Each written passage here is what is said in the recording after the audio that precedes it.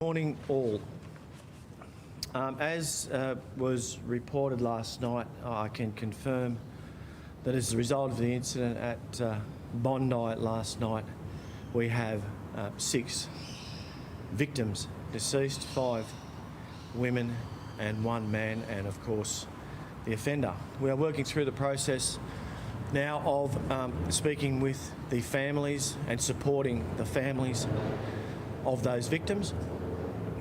2 of whom it would appear have no family in Australia, so we are working through and with agencies overseas to attempt to reach out to the families of those victims. As has also been reported, we have a number of people remaining in hospital being treated for their injuries. We know many are in a serious and stable condition. In particular, a young child remains in a serious but stable condition in hospital, and our thoughts obviously are also with those people and their families, and we will certainly be also supporting the families of those people who are injured. We know also that a range of people from the incident yesterday left the scene, obviously, and reported. We had a couple present to a medical centre who were slightly injured. So there are a range of people in unknowns, if you would like. And so in relation to that, I would ask very clearly that this was a terrible scene. There were many people present at the time, and I would ask that anybody who has any information or was in fact caught up in the incidents yesterday to make themselves known to us, to come forward so that we can speak with you and provide whatever support it is that you might require. There are also people who were witnesses to the scene, to the incident, who have not come forward, who are not known to us, and I would reach out to those people to please make yourself known to us. In the first instance, you can ring Crime Stoppers on 1800 333 000, and we will ensure that you are contacted and that we can provide what support it is that you may require, but also we are very keen, obviously, to hear from you in terms of what it is that you may have seen at the time. Equally, anyone who might possess footage, we would also be very keen to receive that. Again, if you could reach out through Crime Stoppers, we can make arrangements to speak with you and get that footage from you. We briefed last night to the extent that we believe we were aware of the offender involved. I can tell you that a 40-year-old man from Queensland, Joel Couchy, has been identified as the offender in this matter. We are continuing investigations in relation to him. He's a man, as I said, from Queensland.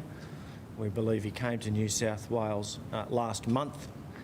We are and have spoken with his family. We'll continue to do so, and they are cooperating with us. We know that shortly after coming to Sydney, he took possession of a storage facility that has been identified, and we have worked through that very small storage facility. As I had said last night, there is still, to this point, nothing that we have, no information we have received, no evidence we have recovered, no intelligence that we have gathered that would suggest that this was driven by any particular motivation, ideology or otherwise. We know that the offender in the matter suffers from mental health. We are continuing to work through the profiling of the offender, but very clearly to us at this stage it would appear that this is related to the mental health of the individual involved. Investigations will very clearly continue through the day. Work continues at the crime scene. We understand that there are people who were present and may have property or belongings at the scene. We will make arrangements promptly to ensure that people are advised how they can go about retrieving whatever that might be, including, for example, motor vehicles. But as you would understand, it's absolutely necessary that we do what is necessary to ensure that we provide a detailed and precise brief of evidence in relation to this incident which has occurred yesterday. Tony, is all of Bondi Junction Westfield shut down today? Every floor, every part of the premises? Yes, it is. How expansive the crime scene? Yes, it is. What will be happening today? The processing of that crime scene will continue very clearly. This was a very broad incident. There's a lot of footage already out in the media depicting some of what has occurred. So people would understand this is a large crime scene. We need to deal with each and every aspect of that crime scene absolutely in minute detail to make sure we get that right. We will do things as quickly as is absolutely practicable, but it will take some time. Are you going to be looking at as an act of possible public mischief, the despicable possibility that somebody has put out to the media and on social media a Jewish name as the perpetrator of this, to perhaps throw shade on the mere possibility at the time this could have been an act of terrorism? I don't know what anyone's motivations are. What I have been keen to do is clarify who we know has been engaged, and I would just hope that people respect everybody's privacy and respect people's feelings in this matter. There are people suffering terribly, and everybody should respect those people. Just excuse me, yep. Why, is there any indication of why he might have moved to New South Wales a month ago? Was he known to Queensland Police? He is known to Queensland Police. Why he has moved to New South Wales, I do not know. Whereabouts in Queensland is he from? From the Brisbane area, I believe. What nationality were the two victims that you were working with? I can't confirm that, and it would be just improper for me to give the information at the moment. What kind of previous offences was he known to the police for? Do you know? No, I don't.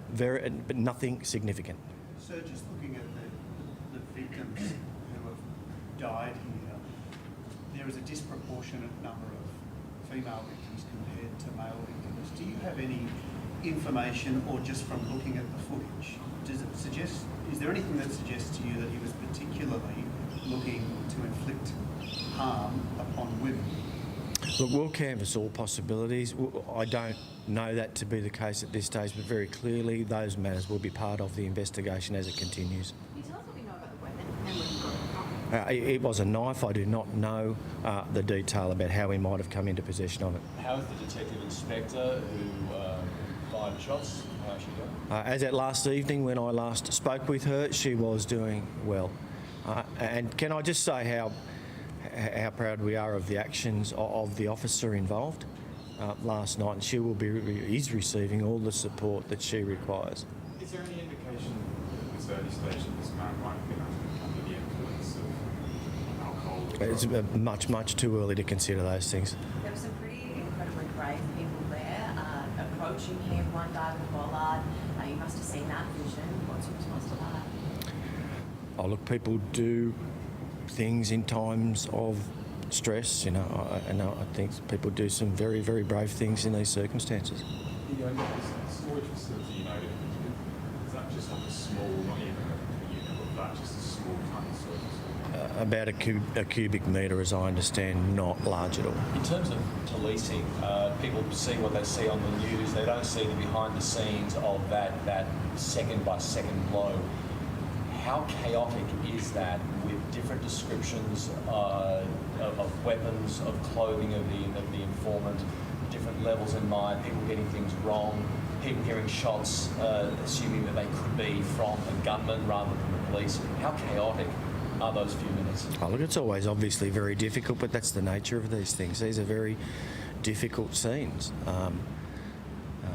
But as we move forward, we'll continue to make progress through it and continue the investigation. Do you know anything about what he was doing the last month he's been in? No, I don't, sorry. No, I don't, sorry. What did police find in the storage unit? As I'd said, look, I'm not going to go through into the particular details of what was there, but there's nothing that would advance our information at this stage.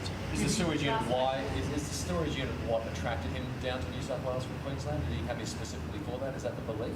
Look, I don't think so. I do not think so. However, we will continue to work through the inquiry. It is still very early in the investigation.